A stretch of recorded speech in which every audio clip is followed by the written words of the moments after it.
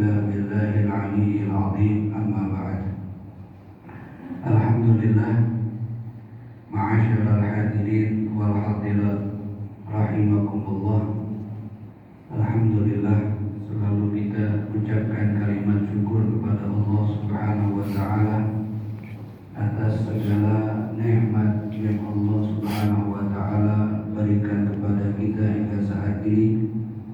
Di antaranya nikmat taufik dan hidayah, sehingga Allah Subhanahu wa taala memudahkan tenaga kita, waktu kita untuk kita isi dengan ibadah kepada Allah Subhanahu wa taala, melaksanakan ibadah sholat subuh secara berjamaah di hari ke-22 Ramadan 1443 Hijriah.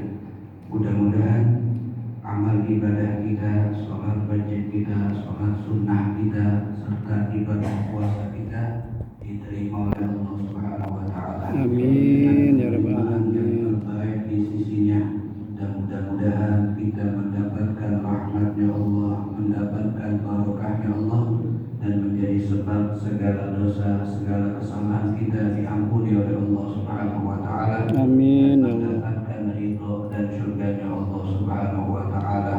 Amin. Amin Ya rabbal alamin.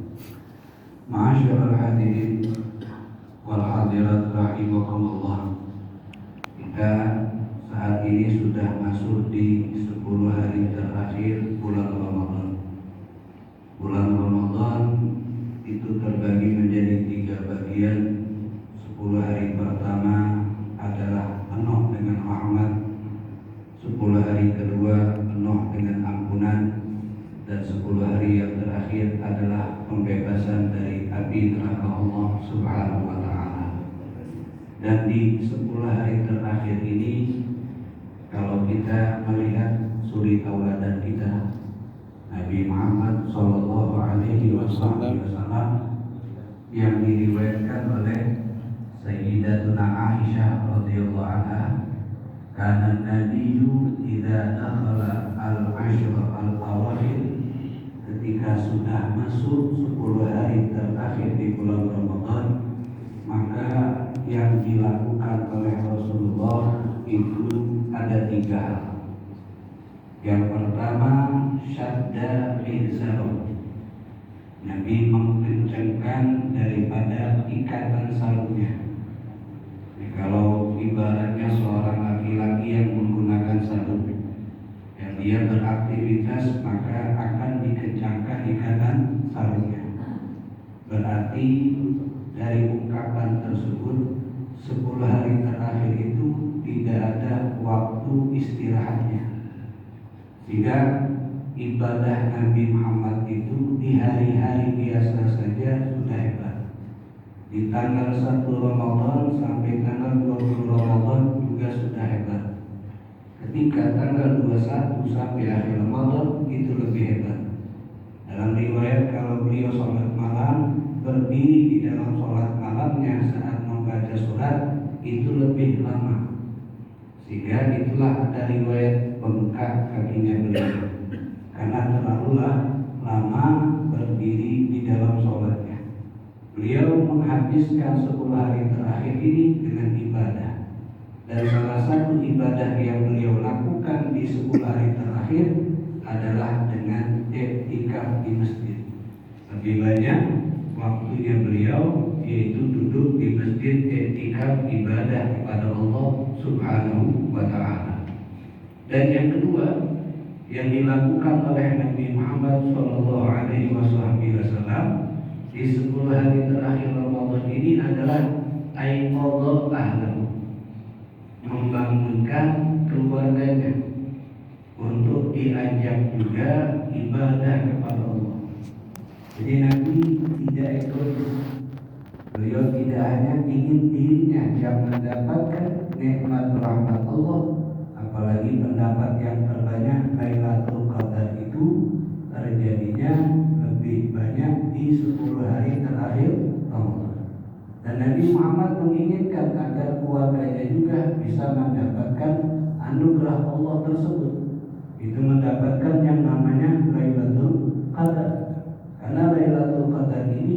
ada setiap tahunnya di bulan Ramadan. Dan ini adalah hadiah.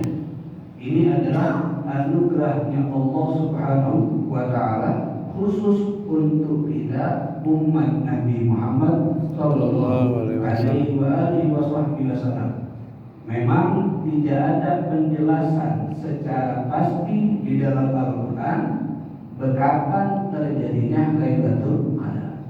Walaupun ada riwayat hadis, walaupun ada pendapat para ulama, itu sifat semuanya hanya perkiraan yang tujuannya untuk memacu kita biar di malam itu kita manfaatkan untuk banyak beribadah, banyak berbuat baik, menjauhkan diri daripada perbuatan dosa.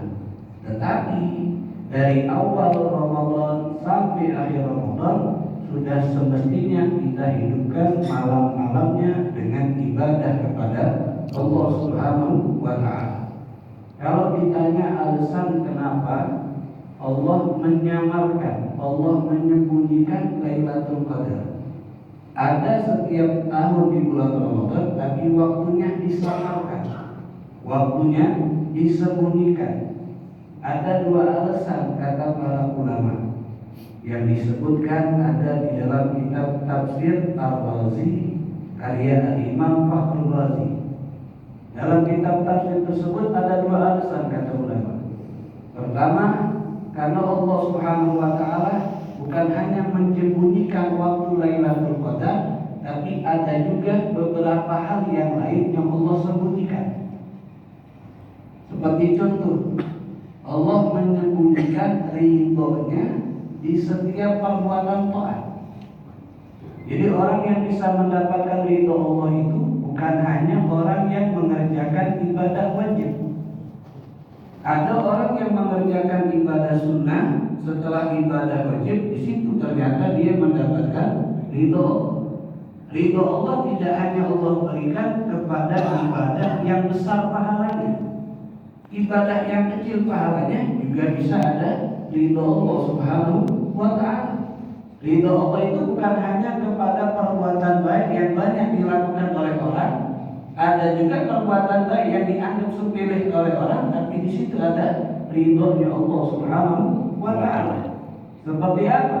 Seperti berbuat baik kepada hewan, memberikan kasih sayang kepada hewan. Terkadang itu dianggap hal yang sepele. Kenapa? Mungkin pahalanya kecil, mungkin berbuat baiknya hanya dengan hewan yang dia tidak tahu senangnya itu hewan ketika diberikan makan, ketika diberikan sesuatu, tapi dia lupa ketika dia berbuat baik dengan makhluk Allah, hakikatnya dia sudah berbuat baik kepada Allah Subhanahu wa Ta'ala, dan bisa jadi itu menjadi sebab dia dapat ridhonya Allah Subhanahu wa Ta'ala. Banyak sekali riwayat cerita yang diceritakan oleh Nabi Muhammad Sallallahu Alaihi Wasallam. Orang kalau sudah dapat ridho Allah, segala dosa yang dia lakukan itu akan dimaafkan oleh Allah. Dengan sebab dia dapat ridho Allah, keadaannya akan berubah menjadi orang yang lebih dekat dengan Allah Subhanahu wa Ta'ala. Seperti yang Nabi kisahkan tentang seorang wanita yang hidup di zaman Bani Israil. Dia sedang berjalan, wanita ini mohon maaf bukan orang baik yang menjual dirinya. Dia berjalan, kemudian dia mendapatkan ada seekor anjing yang sedang menjulurkan lidahnya karena kehausan. Ada di pinggir sumur, yang mana seekor anjing ini ingin minum air yang ada di dalam sumur, tapi dia tidak bisa untuk mengambil air tersebut. Maka wanita ini mengetahui kalau ini seekor anjing kehausan, sehingga dia lepaskan sepatunya, dia masuk ke dalam sumur untuk mengambil air. Air tersebut dia tampung di sepatunya dan dia gigit sepatu tersebut, kemudian dia naik ke atas, diberikan kepada seekor anjing tersebut, sehingga anjing tadi merasakan hilang daripada hausnya. Subhanallah, disitulah dia mendapatkan ridho Allah, dan itu menjadi sebab dia mendapatkan hidayah. Berubah keadaannya menjadi orang yang bertaubat, menjadi orang yang dekat dengan Allah, dan kesalahan dia yang lalu dimaafkan oleh Allah. Kenapa? Karena perbuatan baik ini yang di situ dia dapat ridho Allah Subhanahu wa Ta'ala. Nah, Allah sengaja menyembunyikan ridhonya di setiap perbuatan taat agar kita tidak memilah-milah perbuatan taat. Biar kita setiap ada kebaikan kita lakukan. Kalau memang tujuan kita berbuat baik untuk mencari ridhonya Allah Subhanahu wa Ta'ala. Yang kedua, Allah menyembunyikan sukhah, murkanya di setiap perbuatan dosa. Bukan orang itu mendapatkan murka Allah kalau berbuat dosanya dosa besar. Kalau dosa kecil tidak mendapatkan murka, tidak. Setiap perbuatan dosa kepada Allah, perbuatan dosa kepada makhluk Allah, di situ ada murkanya Allah Subhanahu wa Ta'ala. Kenapa Allah sembunyikan? Biar setiap manusia ini takut untuk berbuat dosa. Kenapa? Di situ bisa dia mendapatkan murkanya Allah. Seperti dalam riwayat yang ada seorang wanita ditanya oleh keluarganya ketika meninggal, ya Rasulullah, di mana tempat wakaf itu ketika nanti di hari kiamat? Maka Nabi Muhammad mengatakan, iya benar, tempatnya dia di hari kiamat nanti di dalam neraka. Jika keluarganya bingung, ya Rasul, dia ini rajin sholat, rajin ibadah, kenapa kau katakan tempatnya di dalam neraka? Bisa bagi hirlatin.